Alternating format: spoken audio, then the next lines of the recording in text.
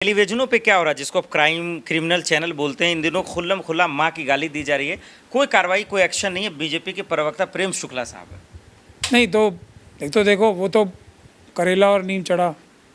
एक तो criminal channels पे जा रहे हैं, वो तो हैं ही सब क्रिमिनल्स ना, जो देश के खिलाफ साजिश में शामिल हैं पाकिस्तान और चाइना के साथ मिलकर। उनसे आप क्या एक्सपेक्ट करोगे। दूसरे आरएसएस के वो वर्कर हैं, बीजेपी के वो वर्कर हैं। एक तो देखिए, उनको भारतीयों की छवि बिगाड़नी है चाइना और पाकिस्तान को मदद करने के लिए, प्रेम शुक्ला जी को। दूसरी महत्वपूर्ण बात, अब ये वाली सारी उनकी कट के मीम बनेगी पाकिस्तान में कि ये देखो, ये हैं भारतीय जनता पार्टी के लोग जो भारत की रूलिंग पार्टी है।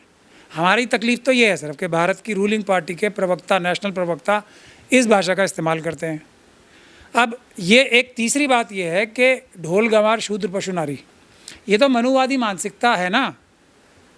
वो नारियों को उसी नज़र से देखते हैं, चाहे कितना भी नाटक कर लें, कितना भी ढकोसला कर लें, मन के अंदर तो उनके वही है ना। मन के अंदर से वो बात निकलती है, तो जो मन के अंदर होता है वो आदमी गुस्से में ज़्यादा निकल आती है बाहर। वरना उनके मन में हर एक महिला, हर एक व्यक्ति की माँ के लिए, बहन के लिए यही भावना है जो उन्होंने शब्द का प्रयोग किया था। मेरी तो ज़बान गंदी हो जाएगी, हमारे घर में तो इस तरह की अपब्रिंगिंग ही नहीं है ना कि हम इस प्रकार की बातें, वो लफ्ज़ भी बोल पाएँ। तो ये मनुवादी का क्या मतलब है कि टीवी चैनल पे आकर खुल्लम खुल्ला गाली दे, बाबा साहब की मूर्ति ना लगने दे, ग्वालियर। तो ये मनुवादी का जड़ क्या है? जड़ ये है कि बाबा साहब डॉक्टर भीमराव अम्बेडकर ने उनकी दुनिया लूट ली, तो अब वो नफ़रत, घृणा बाबा साहब से सबसे ज़्यादा क्यों है कि उन्होंने महिलाओं को बराबर का अधिकार दिला दिया। वरना वो तो यही मानते थे ना, महिलाओं को जिस शब्द का प्रयोग किया है, किसी की माँ के बारे में देख लो आप, और कुछ नहीं, किसी अनकनेक्टेड महिला के बारे में नहीं बोल रहे हैं। और एक बार नहीं बोला, मैंने भी देखी है वो, जी जी, 2 बार बोली है वो बात। और अभी तक जब आप मेरा इंटरव्यू ले रहे हो, भारतीय जनता पार्टी ने कोई एक्शन नहीं लिया है। क्यों? क्योंकि इससे तो मोदी जी भी खुश हुए होंगे, इससे अमित शाह जी भी खुश हुए होंगे, नड्डा जी भी खुश हुए होंगे, और मोहन भागवत जी तो खुश हुए होंगे। तो माँ को ये क्या समझते हैं, मोदी जी ने माँ का अपना क्या प्रयोग किया ना, माँ के साथ फ़ोटो खिंचवा के उसको, उसकी एडवर्टीज़मेंट की। माँ को माँ समझना, और वही है ना, माँ का एक इमोशनल रूप में अपनी छवि सुधारने के लिए प्रयोग करना। पार्टी की इतना भर जान जेपी नड्डा साहब के साहब है ना, तो अमित शाह जी मोदी जी को अच्छा, अमित शाह जी लपेट नहीं रहा हूँ मैं। अब नड्डा जी, ऐसा वो वक्त आएगा कभी कि नड्डा जी सपने में भी ये सोच लेंगे कि मैं एक कार्य भी अमित शाह जी से पूछे बगैर कर लूँगा। मोदी जी तक तो उनकी डायरेक्ट पकड़ है ही नहीं। तो वो उस दिन जो है ना, सूर्य जो है वो पूरब से नहीं पश्चिम से निकलेगा। नड्डा जी तो एक रबर स्टैंप है ना अमित शाह जी की। तो अमित शाह जी तो हैं जो चाणक्य, पता नहीं क्या होता है चाणक्य, मुझे तो पता नहीं, वो चाणक्य बताते हैं अपने आप को। तो वो है महत्वपूर्ण विषय, पर इससे वो खुश हुए होंगे। तो अब लेकिन दिखाने के लिए अभी प्रेशर बनेगा तो थोड़ी बहुत कार्रवाई कर लेंगे, फिर 2-4 दिन बाद वो वापस आ जाएंगे, और फिर कोई और कार्यकर्ता उनका यही बात बोलेगा, फिर कोई लीडर यही बात बोलेगा। ये कोई लंबी एक फहरिस्त है, आज से नहीं है, ये सैकड़ों साल से। तो कानून का डर और खौफ इन लोगों के जहन में क्यों नहीं आ रहा है? क्योंकि कोई गाली दे रहा है, कोई हाईवे पे अश्लील वीडियो का काली करतूतें करता दिख रहा है, कोई मूर्ति नहीं लगाने दे रहा है। इसका इलाज कोई रास्ता तो होगा ना? इलाज है जो ऑपोजिशन पॉलिटिकल पार्टी के लीडर्स हैं उनका। अब जिस कांग्रेस के प्रवक्ता के बारे में उन्होंने ये गंदी, अश्लील, घटिया बात बोली थी, क्या उन्होंने अभी तक कोई कानूनी कार्रवाई की? इस पार्टी ने क्या कोई कानूनी कार्रवाई की उनके? बिल्कुल ठीक है, हाँ। मतलब ये उस प्रवक्ता की बात नहीं है, ये पूरे देश का विषय है कि भारतीय जनता पार्टी एक इस प्रकार की पार्टी है, इसके खिलाफ कानून का डर पैदा करना ये कांग्रेस पार्टी की जिम्मेदारी है। लेकिन वो नहीं करेंगे। इससे ताकत आती है आरएसएस और बीजेपी के लोगों की, कि उनको पता है कि कांग्रेस वाले हमारे खिलाफ कोई भी मजबूत कानूनी कार्रवाई नहीं करेंगे।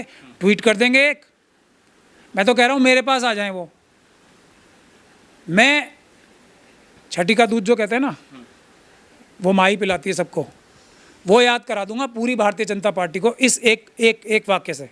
तब उन्हें पता लगेगा माँ क्या होती है। किसी की भी माँ, बच्चा जब पैदा होता है ना, इस 5 दिन में मर जाएगा वो बच्चा अगर माँ ना हो तो। उसके बारे में जिस व्यक्ति के मन में ये कितने गंदी, घिनौनी, घटिया वो पॉलिटिकल पार्टी होगी और कितनी गंदी, घिनौनी वो सोच होगी, वो मैं याद करा दूंगा छती का झूठ, अगर मेरे पास आ जाए वो गलती से भी। तो मेन स्ट्रीम मीडिया की भी तो कोई जिम्मेदारी होगी। वो तो सब वही है ना, मेन स्ट्रीम मीडिया, फिर वही, वो तो क्रिमिनल्स हैं जो आरएसएस और बीजेपी के इशारे पे काम करते हैं। वो उन्हीं के तो स्पोक्स पर्सन हैं, उन्हीं के एक कार्यकर्ता हैं। उस चैनल वाले ने कोई एक्शन लिया अभी तक? मैं वही पूछना चाह रहा हूँ। अगर उनमें ज़मीर नाम का इतना सा भी, वो लाखों करोड़ों रुपए कमा ही रहे हैं ना इसी मीडियम से, कोई वो बहुत बड़े इंटेलिजेंट लोग नहीं है जो एंकर बन के बैठे हुए हैं वहाँ पे। उनकी क्या इंटेलेक्चुअल कैपेसिटी है रोज़ दुनिया देख रही है। इतना सा भी उनमें शर्म नाम की चीज़ नहीं है, इतना भी पे बैक टू सोसाइटी नहीं है कि वो एंकर ही करा दे। अगर उनका ही शो था, वो कह रहे थे ना मेरे, उस जो एंकर को मैंने ये कहते सुना, मेरे शो में ये नहीं चलेगा, अच्छा बोला उसने ये। जैसे बाकी सब में तो चलता ही है, मेरे शो में नहीं चलेगा। लेकिन क्यों नहीं चलेगा और वो क्या करेंगे, अगर वो क्या कहेगा तो फेडर डाउन कर दिया मैंने। सर ये है गंदी घिनौनी सोच उस चैनल की, उस चैनल के मालिकों की और उस एंकर की भी। अपने आप एफआईआर क्यों नहीं कराई, क्यों नहीं कराई एफआईआर? तो ये आपने मुझसे सवाल पूछा था ना, ये क्यों नहीं रुक रहे हैं, ये क्यों करते जा रहे हैं? और दूसरी तरफ अमित शाह जी तो होम मिनिस्टर हैं, वो तो मैंने बता ही दिया आपको, वो उनके खिलाफ एक्शन नहीं लेंगे। बृजभूषण शरण सिंह साहब के साथ क्या हुआ है आपने देखा ही सबने। वो जो बच्ची थी उसको किसी भी प्रकार से दबाव में लाके, मेरा तो यही इल्ज़ाम है, उसने अपनी स्टेटमेंट विड्रॉ कर दी, वो क्लोजर रिपोर्ट फाइल हो गई, उनके खिलाफ मुकदमा ख़त्म हो गया और वो जलूस निकाल रहे हैं 200 गाड़ियों का। जो उत्तराखंड की बच्ची थी उसका क्या हुआ? पूरी उत्तराखंड की सरकार ने मिलकर केस ख़राब किया, जो फांसी होनी चाहिए थी उसको उम्र में कैद में कराया, और सबूत ऐसे लाए जो मैं देख ही पा रहा हूँ, जितना भी मैंने प्रेस में देखा है कि वो बरी होगा। इसीलिए वो जो भारतीय जनता पार्टी के नेता का बेटा था वो ऐसे करके हाथ हिला रहा है।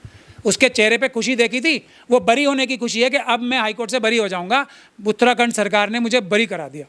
ये कौन सा ये अब जब ये पता हो तो जो शुक्ला जी है ना, प्रेम शुक्ला जी को कोई डर होगा?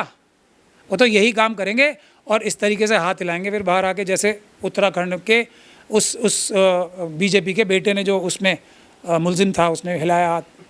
15 से 20 दिन से एक नया क्रोनोलॉजी है या नया नैरेटिव है, इसको समझाइए जरा दर्शकों को। आए दिन सेनाओं का अपमान, लोगों को गाली, हाईवे पे इस तरह, लेकिन सब देख रहे हैं, सब चुप है, सब मौन है, चाहे बीजेपी सरकार की तरफ से हो या देश की तरफ से हो। ये हो क्या रहा है देश में?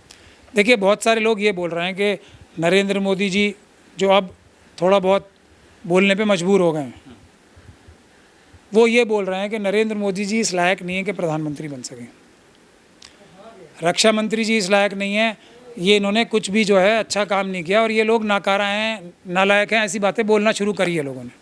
मेरा मानना ये है ही नहीं। मेरा मानना ये है कि अडानी साहब को बचाने के लिए जो फैक्टर्स हैं ना, इनको पूरा आप मिला के देखो तो क्या है। ये तो जो मोदी जी का ओरिजिनल प्लान होगा, जो लगता है हालात के हिसाब से, वो ये होगा कि आतंकवादी घटना तो उनको हो गई, तो मोदी जी ने कहा भाई आपदा आ गई, इस अवसर का तो मुझे बहुत दिन से तलाश थी, अब मैं एक सर्जिकल स्ट्राइक कराऊंगा और अपनी छवि को ऊपर करूंगा। मैं ये भी नहीं देखूंगा कि मैंने फ़ौज को टाइम भी दिया है तैयारी करने का, नहीं, मुझे अपनी इमेज ऊपर करनी है ना। दूसरा, ये इमेज ही इमेज का काम है, और उसके बाद जो बाहर से मुझ पर दबाव आएंगे वो आएंगे ही।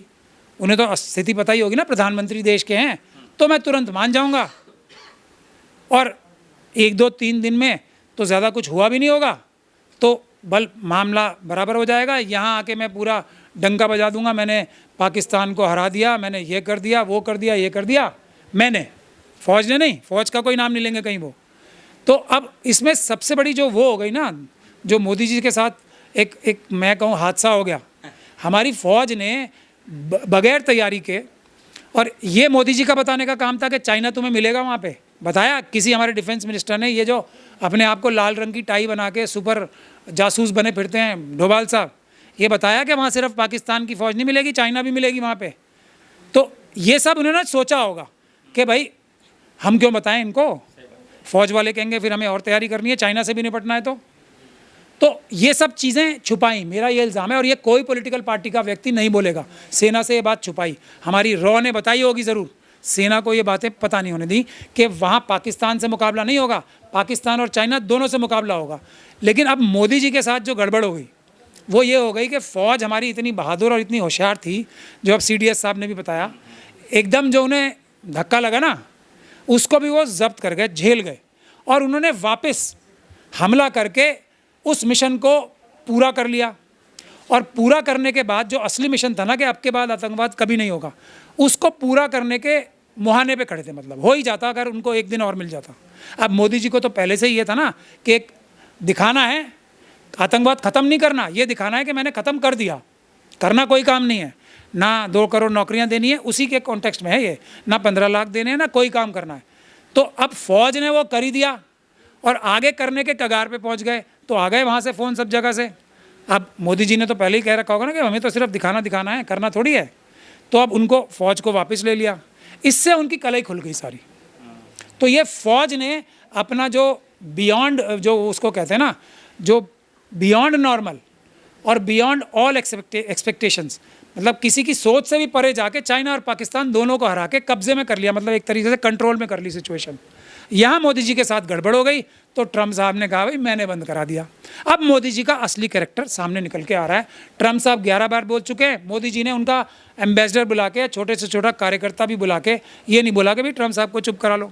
दूसरे शशि थरूर साहब, जो सबसे घटिया आदमी हो सकते थे, ये जो मैं ये कह रहा हूँ, ये एक तो सलमान खुर्शीद साहब और एक शशि थरूर साहब, इन दोनों को भेज दिया।